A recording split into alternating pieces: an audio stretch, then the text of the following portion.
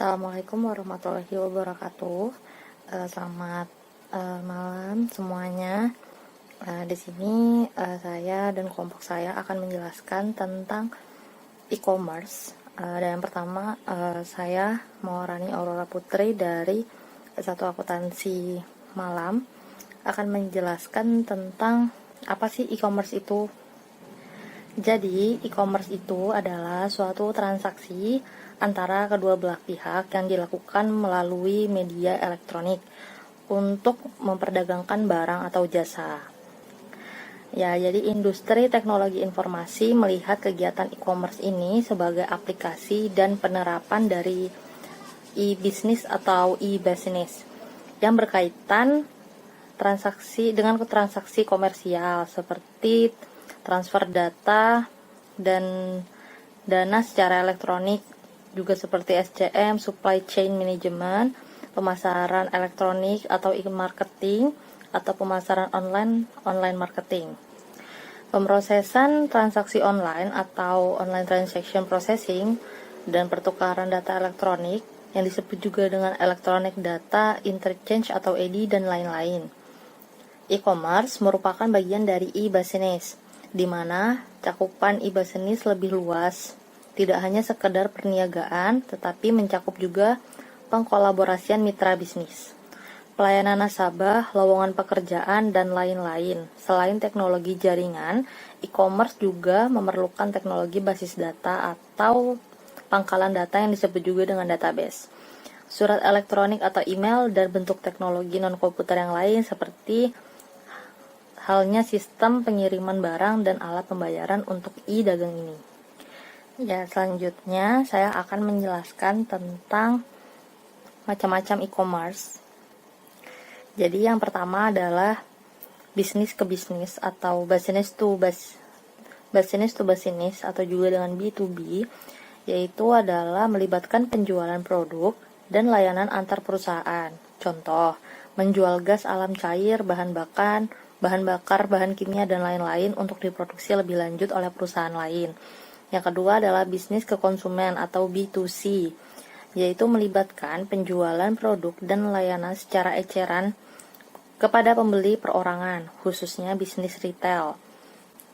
Ya, jadi biasanya dia itu menggunakan foto-foto produk atau katalog yang menarik untuk langsung dibeli oleh konsumen. Nah, yang terakhir adalah konsumen to konsumen atau yang disebut juga dengan C2C, yaitu adalah melibatkan konsumen yang menjual secara langsung kepada konsumen. Contoh, mereka yang menjual barang-barangnya dengan melelang, kemudian setuju dengan penawaran yang paling tinggi. Ya, sekian dari saya yang akan dilanjutkan oleh kelompok saya. Terima kasih. Ya, terima kasih Mbak Aura atas waktunya. Di sini saya akan menjelaskan keuntungan dari e-commerce itu sendiri.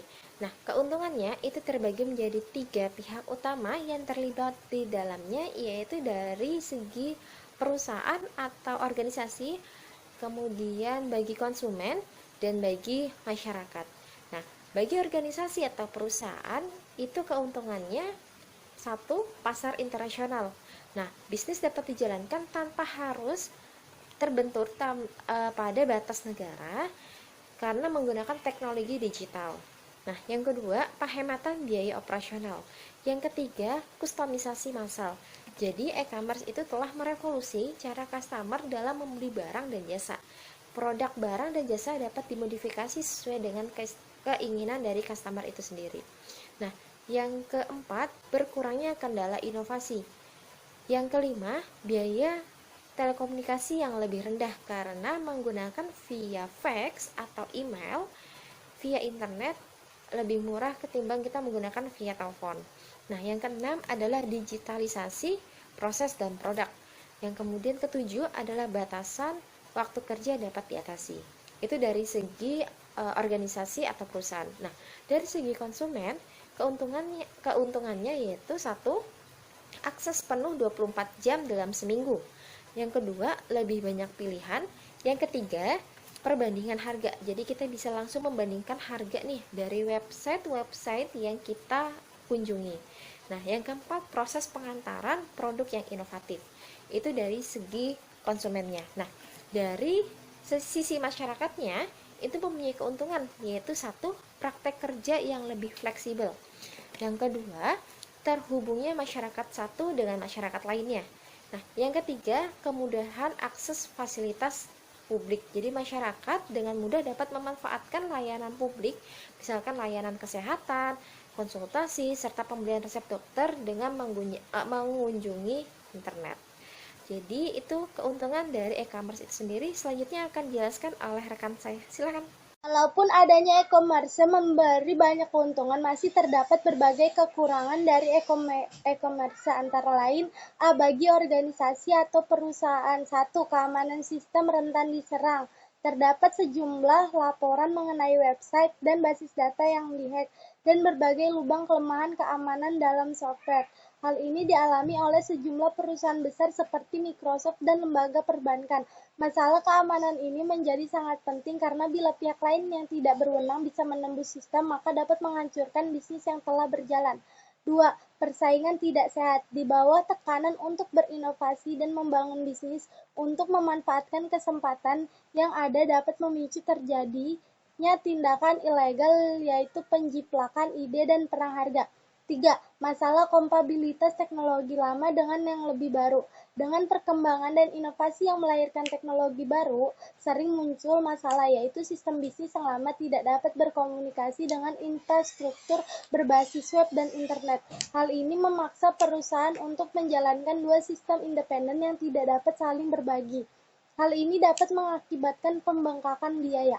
B. Bagi konsumen. 1. Perlunya keahlian komputer. Tanpa menguasai keahlian komputer, mustahil konsumen dapat berpartisipasi dalam e-commerce. Pengetahuan dasar komputer diperlukan, antara lain pengetahuan mengenai internet dan web. 2. Biaya tambahan untuk mengakses internet. Untuk ikut serta dalam e-commerce dibutuhkan koneksi internet, yang tentu saja menambah pos pengeluaran bagi konsumen. 3. Biaya peralatan komputer. Komputer diperlukan untuk mengakses internet. Tentu saja dibutuhkan biaya untuk mendapatkannya. Perkembangan komputer yang sangat pesat menyarankan konsumen untuk juga mengupdate peralatannya apabila tidak ingin ketinggalan teknologi. 4. Resiko bocornya privasi dan data pribadi. Segala hal mungkin terjadi saat konsumen mengakses internet untuk menjalankan e-commerce, termasuk resiko bocornya data pribadi karena ulah orang lain yang ingin membobol sistem. 5. Berkurangnya waktu untuk berinteraksi secara langsung dengan orang lain.